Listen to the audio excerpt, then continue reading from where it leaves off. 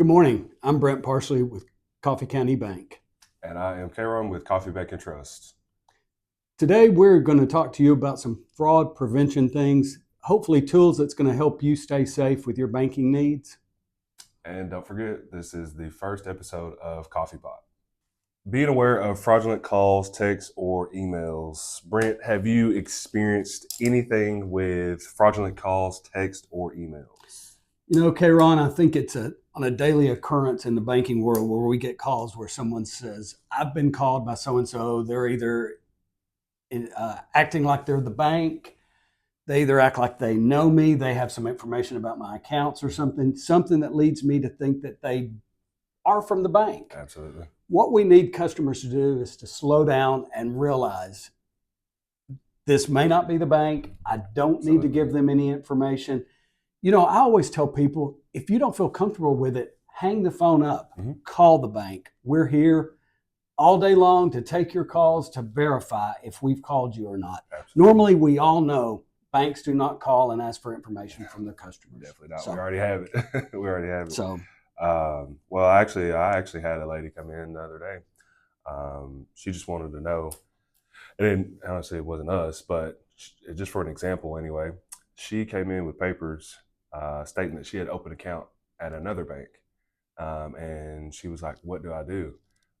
There was a number on the piece of papers, and I was like, do not call that number. You know, why? She already knew why. She was like, yes, they're probably going to try to get my information. I said, exactly. So I looked up the bank's number that she probably should call, and it was way different than the number that was on the paper. And so I was like, call this number, don't call that number. It's what she wasn't aware that she opened a bank account, but she got sent in the mail that she did. And so actually, I think we've had some things recently with some things where people are spoofing our number, so it comes up to their phone and it automatically looks like it's the bank. So legitimately, the people are answering it like it is the bank. So, but I want everyone to just slow down and just take their time and realize. Absolutely. Verify, call the bank. You know, I want them to do that. Same thing. It's not just with a phone call where you can answer it, but it's also with a text. Yes. I have a lot of people bringing in phones saying, will you look at this? What's this? Are other people getting this? It's not, I try to save the numbers where I know if it's from our fraud department and things of that nature, so I can verify the number and stuff for them. So, and that's great steps to take. I know they've told us to just kind of gather all the information that we're seeing from people that are bringing in the supposedly us, and it's not. And we give it to our operations team so that they're able to, you know, look through and document all that type of stuff, because it's important. It really is important to document all that type of stuff, just so that we can better serve our customers. Just telling them like, hey, no, that is not us. Don't trust that. Don't do that. Just come in and see us, kind of like you just said. Just come in and see us, talk to us, let us verify.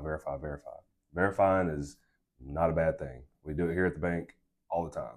No, I always tell the customers, slow down before you lose some money. You know, that's the biggest thing. Once that money's gone to the fraudsters, it's hard to get back. So. Absolutely. Do not reply to suspicious texts or emails claiming to be from us. Don't give any personal or debit card information over the phone in a text or email. Listen, read carefully for urgent language. That is most likely fraud. Customers come in and say, I've been told I need to do this right now. That is if I don't do this right now, I'm going to lose my money. Absolutely. So, and that's how you know it's fraud. If it's what's it called? If it's something that needs done immediately. Immediate attention. Red flags. Safe checks. Digital payments are faster, trackable, and more secure. Register for CCB's online banking. Always. When you can sign up for online banking, that's a great way to do it. You're in control of that then. Yes, so absolutely. You know whether or not you've sent out something. Absolutely. Requested something or doing something with your online banking. So absolutely. And please do it here while you're at the bank. Please do it here while you're at the bank. It doesn't take long. It does not take long to set up. Whenever you open a new account, just ask the person that you open a new account with, hey, will you please help me with online banking? It should not be hard. Always here to help. And it's better so that we can give you pointers as when we're sitting down as well, opening a new account. You're more than welcome to do it outside the bank, but I think doing it, sitting down, doing it with us, you're I like to see the customers leave here knowing they're signed up for online banking. And taken care of. Absolutely. Absolutely. It's just easier for everybody. Mhm. So for our business customers, we offer alternatives to mailing checks such as ACH manager and merchant capture. We also offer positive pay. Thing for our Yes. business customers that lets them review every day checks that they've written, and as they're clearing and things like that, if there's something there that they don't know about that trying to come through their account, Mhm. they can stop that right then. So positive pay, strong product, strongly recommend that for our business customers. That is very important for businesses because there's people out there that are trying to mimic business checks as well. Any type of check. It's just very important and imperative that folks just pay attention. Just pay Absolutely. attention. Absolutely. We had someone come in the other day that had a check that they had gotten them in the mail. We've got a topic on here: don't deposit checks you receive in the mail unless you know it's legitimate. Mhm. Fraudulent check was hard to make the customer understand. Had no MICR line on the bottom of it, no account number, no routing number for the bank and stuff like that. Just did not realize that it was not a real check. So Absolutely. Moving on to before you click that link, and speaking about links, we have our new mobile app. Well, more so updated, not more so new, but our updated mobile app. absolutely. I've noticed on the bill pay part of it, it's a lot more user friendly. Really enjoyed that. So, And it's not the white background anymore. It's like more colorful, and there's a plane in the background. The display is just more acceptable, I guess. appealing. Appealing, yeah, that's the word. A little more appealing, yes. Appealing. Thank you, Britt, for that. So hover over it to inspect the true destination URL. Look for urgent language and grammatical errors. Be wary of request or personal information. Never download unknown attachments. Do not download unknown attachments. Don't click on it. Whatever you do, don't click on anything. So you could be setting yourself up for a huge virus or for a scammer to potentially get into your phone or your laptop or whatever that may be to steal all of your information. If not all, just a little bit, that can go a long way to help them get into bigger pieces of information. If you do get an email with a link that you need to click or do something on like that or whatever, if it's an email from someone you think you know, once again, make that phone call. Yes. Just say, did you send me something? Yes. Is there something I need to click on? Did you send me an email with an attachment? Most of the time, that will save you a huge heartache. Yes, absolutely. And money in your wallet. Absolutely. Mm-hmm. Verify account status in person or online at coffee.bank. That kind of like what I was just talking about earlier. That lady, she came, even though it wasn't us, she just, she banked with us, but she just wanted to know what steps to take. And so that verify account status in person or online at coffee.bank. That is great to do. Prevent fraud. Update your passwords every 6 months to a year using at least 12 characters. More so try to use a passphrase. We try to make customers understand why you're asked to change your password. Right. It's for their safety. Absolutely. A lot of people say, well, I don't want to change my password. I've been using my same password forever. Well, there's a reason you have to do that. Don't use the same password for all your login things. It's easy to do. I'm sure we've all done it. So we have change some variation with that password and stuff like that, but use it. I actually had an issue where I did get that one time where mine was, I think it was telling me what my credit check thing that does it told me that it was on the dark web. Oh, wow. And it was a password that I had used and just changed like maybe the last number on it or something like that. So good cue there to not do that. Absolutely. Well, and also it keeps your brain sharp. Right. Let's be honest. Right. I mean, we all want things to be easy. However, sometimes it can be very detrimental to us as a person because if you're trying to keep the same password, well, yeah, your memory might be strong with the same password, but overall. Well, and one of the things too, Karen, that I like is the multi-factor. Multi-factor, yeah. I don't mind getting that email or that text with a code to put in and stuff like that. Yeah. I know that that's for my benefit. Absolutely. So. Them multi-factor authentication codes, they are hard to crack. I'll tell you that. I wouldn't be able to. So it doesn't even matter. But please enable that multi-factor authentication. It will help tremendously. Sending money through Zelle, Venmo, PayPal, Cash Apps. Just ensure that you know the person you're sending the money to. Yes. Many of these apps allow you to mark the payment as a business purchase, which protects you if fraud occurs. Yes. So, absolutely. It is very important to know who you're sending that money to. So many fraudsters, so many things out there collecting things are doing it through a Cash App type thing, and that's where it's hard to trace some of that sometimes. Absolutely. I've had the police come in before and just say that it's almost impossible to trace that down because anybody can open up a Venmo account, any type of account like that. So absolutely, it's because unfortunately sometimes you cannot get that money back, exactly. which is why it's very important to know who you're sending that money to. I think with the Zelle, Venmo, maybe there may be a thing where you can click goods and services on there, and that's a little more safe for you to be able to dispute if you have that, as opposed to if you just put, I'm marking friends and family that I'm sending money to. Absolutely. I think so that's you a great point. have something to go back on. So great point. Always check your app for that feature. For making purchases or sharing personal information online, check for the S at the end of the HTTPS in the URL to ensure the website is safe. Turn off Wi-Fi in public spaces to ensure your data is not being tracked. Be wary of online dating scams. Do not share personal bank information online dating sites. That one is huge because I've had instances where I've had older gentlemen think that they actually have Jennifer Aniston. Yeah. Getting in touch with them. The Absolutely. best looking woman in the world, and in reality, it probably is not a woman on the other end, and claiming to either send them money or get them money, and they try to come and get the money or send the money and out of their account. And like I say, once the money is gone, it is kind of hard to get back. So the dating scams are, in my book, one of the top 5 that can get somebody. Absolutely. And I mean, there's so many ways that people are doing that now. There's people that are lonely out there. There's people that lose their spouses and things like that. And if we don't think that these fraudsters are reading obituaries and things of that nature, and they're getting in touch with these people and they're catching them at a very vulnerable time in their life. Absolutely. So absolutely.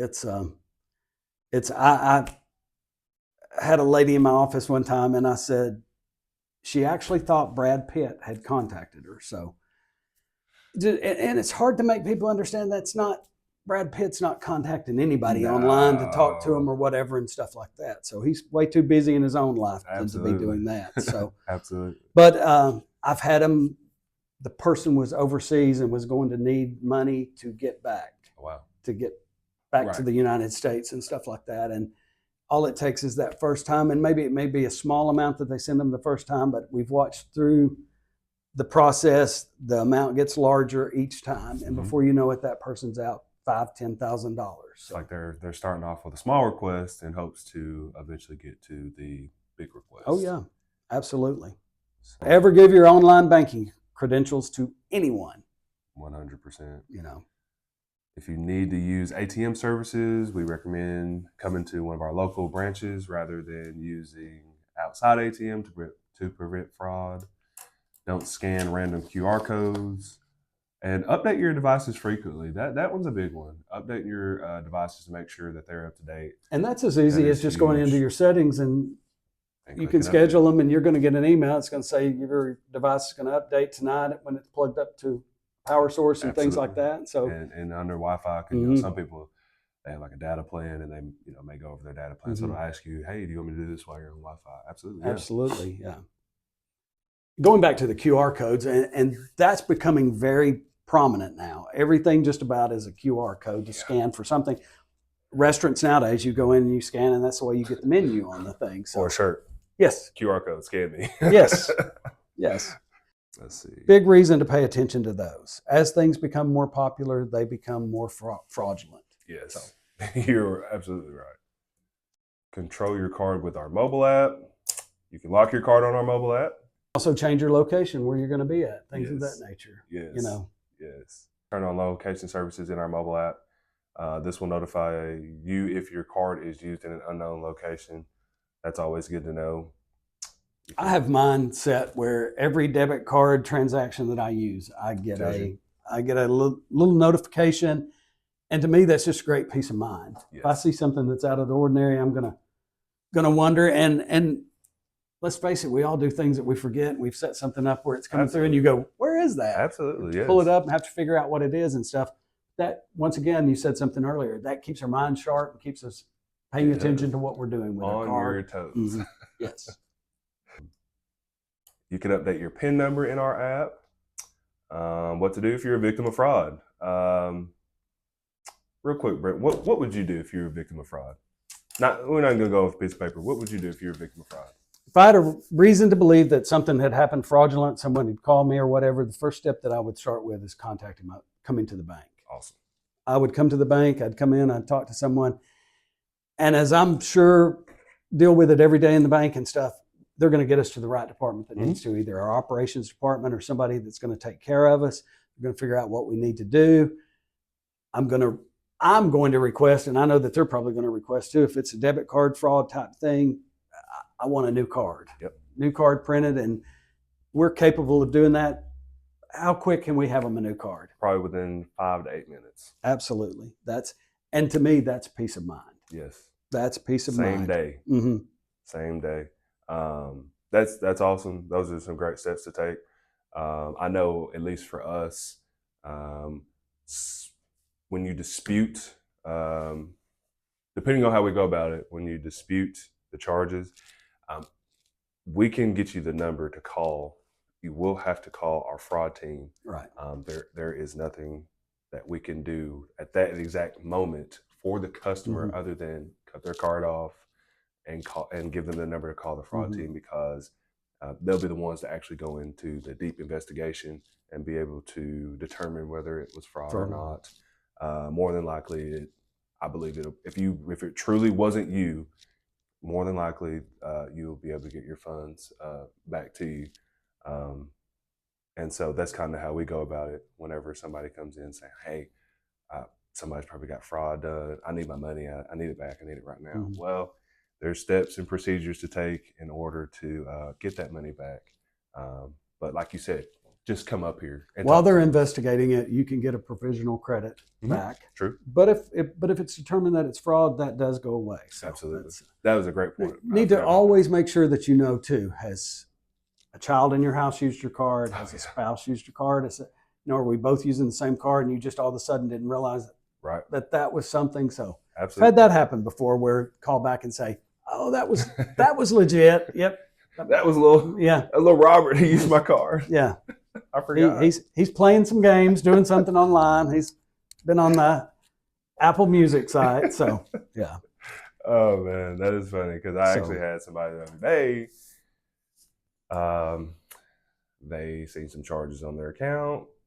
Then the wheels got to spinning, and they were like, I think I actually know who that was. But I still want a new card. That way, I don't think they wanted to throw the hammer down on them just yet. They just wanted to quit the spending, and so I cut the card off and I got them a new card. So, like you say, people do either one, don't know, or they do know and just forget, or they just completely just forget.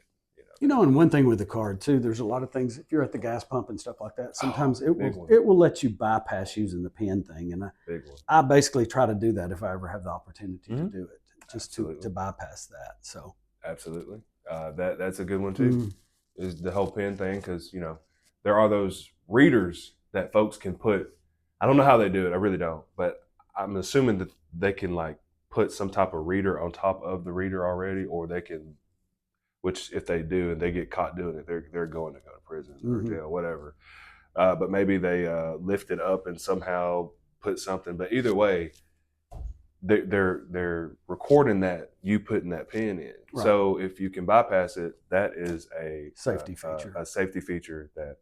And most of the time on your readers at your gas pumps, things of that nature, if you'll notice, there's usually a safety tape, because most of the businesses change that so often. So if there's any signs that any of that's been tampered with, you need to not use it. Absolutely. Report it to the business that you're at. 100%.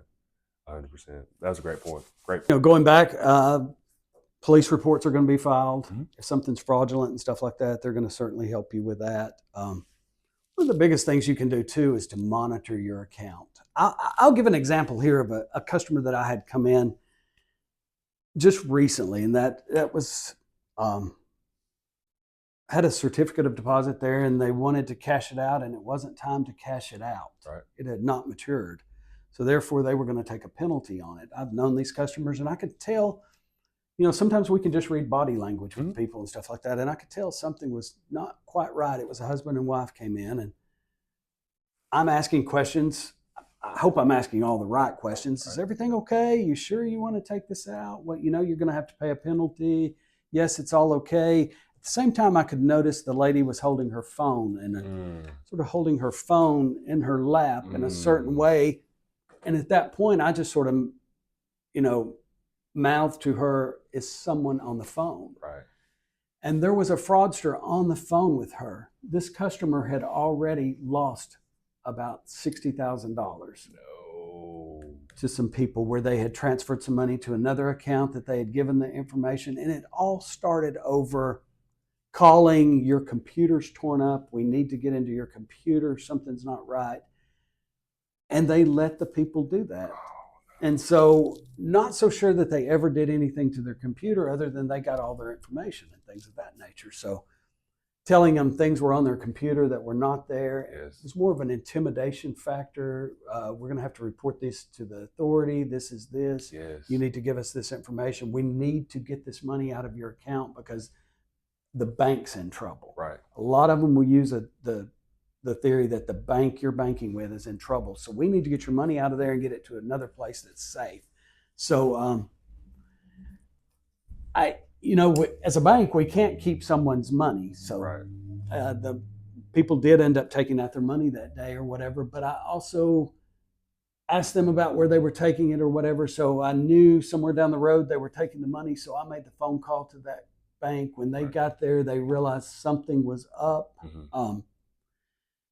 They put a hold on the check that we had just sent them to put there or whatever. So, and I just hung up and I called the police and I asked the police to go to their house. And when the police got to their house, the people told them the whole story of what was going on. So they went back, got their money, brought it back to the bank, saved that money because they had given that bank information of that other bank to the fraudsters. Right. So had you not called, who knows? Yeah, had we not called, so they probably wouldn't got their money back. I always tell customers, I may call the police on you. I don't know. If I think you're in danger, if I think something's going wrong with you and stuff, I'm going to do my best to protect you. Protect you. It's all about protection. Yes. Right? You got to be able to trust us to protect you. And I think that's huge. That's huge, Brent. Seriously, that's huge. So recently we were able to do a fraud presentation and stuff for our county, for Coffee County. And these people actually came. They wanted to tell their story because they had felt so violated, by that. They just wanted other people to understand this can happen. And this was to the tune of large sum of money. Yeah, 60,000. That's not just a vacation. Mm-hmm. That's more than a vacation. Mm-hmm. That's huge, though. I'm glad they came and felt like they, wanted to tell their story. Absolutely. What about elderly abuse with money? That goes on a lot. I know it happens usually towards around Christmas and stuff like that, mm-hmm. when folks are trying to give their loved ones or maybe who they deem is worthy enough to receive a gift. Oh, absolutely. What about that? Have you had any elderly abuse? What I've had happen with that is a lot of times there will be people that will be calling, posing as the police, mm-hmm. something of that nature, someone telling that a grandchild, something of that nature has been in an accident, been in this, mm-hmm. they need to get money to help them, or they've gotten stranded somewhere and they need money to get back. A lot of times they will even act as if they are their grandchild. You want to think that everybody's going to recognize their grandchildren, their voices and stuff like that. But if you start telling a bad story, if maybe you're crying, doing some things or whatever, couldn't tell or whatever, but it gets them upset and they think. And so I've had some people that's given some money or given some information on that that basis. So about taking their debit card and going to the ATM. Oh, yeah. You know, and they don't even know about it. right. That I've had that happen, and it's very sad because it's just like you're gonna take from your own. Well, if it is if it is their grandson or granddaughter, it's just like it's very sad why they would take advantage of them. Doesn't always happen to be a relative or whatever. It can be anybody that just thinks an elderly person or something is vulnerable. Absolutely. That is true. They befriend them. They do things. They may start out as easily as, I just want to stop by and help you with some chores around your house. Right. Going to help you get your mail out of your mailbox. Well, and getting your mail out of your mailbox, a lot of times you get bank statements, things of that nature. They, Absolutely. a lot of ways invite people. Be careful of the people you invite into your life. Absolutely. I think that is huge. And if you know somebody that's taking advantage of an elderly person, let the bank know. Just come in, let us know. Yes. We'll check it out, because at the end of the day, it's just about protecting the customer, right, and making sure we're serving them the best way we can. Absolutely. This is Brent, and I want to thank you for joining us for our first podcast today. If you think you've had fraud or anything on your account, or you have something suspicious, please give your bank a call. Give us a call. We're here to help you.